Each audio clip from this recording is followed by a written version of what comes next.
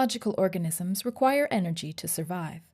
Glycolysis is one of the pathways cells use to transform sugars, like glucose, into biochemical energy in the form of ATP.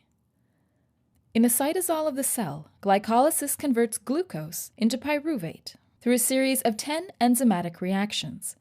This process produces ATP, along with other products such as NADH, that can be used later to produce even more ATP for the cell.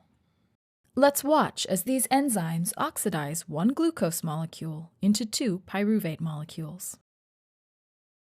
First, a kinase reaction adds a phosphate onto glucose to form glucose-6-phosphate. This is one of two energy consumption steps and is an irreversible reaction.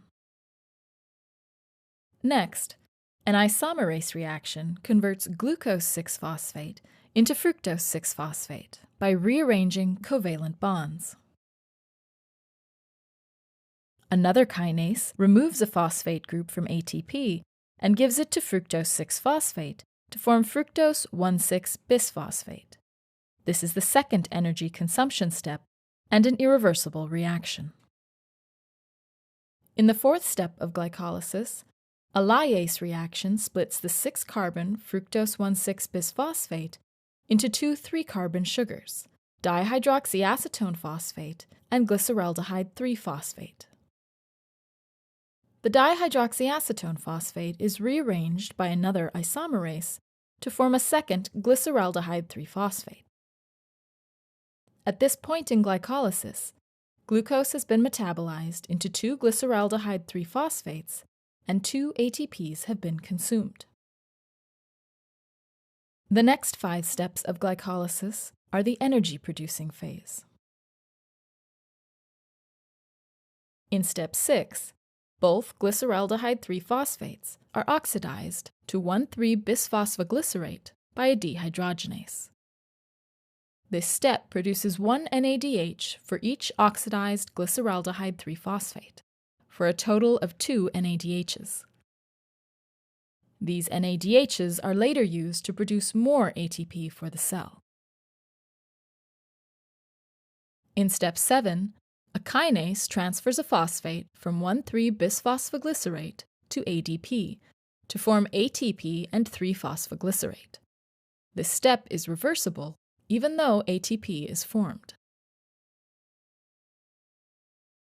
The next step involves a mutase reaction that moves the phosphate on the 3rd carbon of 3-phosphoglycerate to the 2nd carbon position to form 2-phosphoglycerate.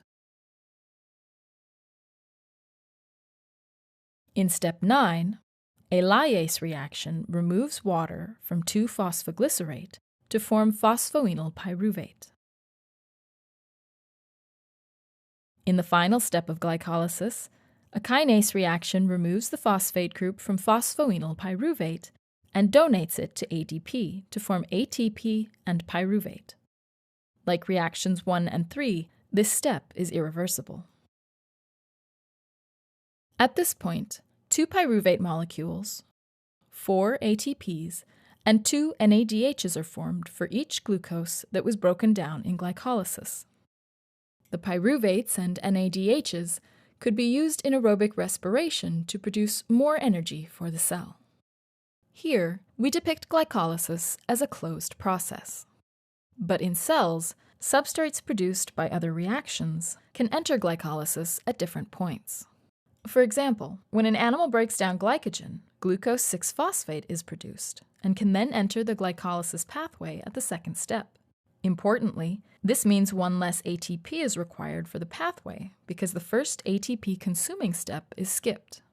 Other sugars can also enter the glycolysis pathway at different points, each having a different effect on the net number of ATPs that are produced by glycolysis.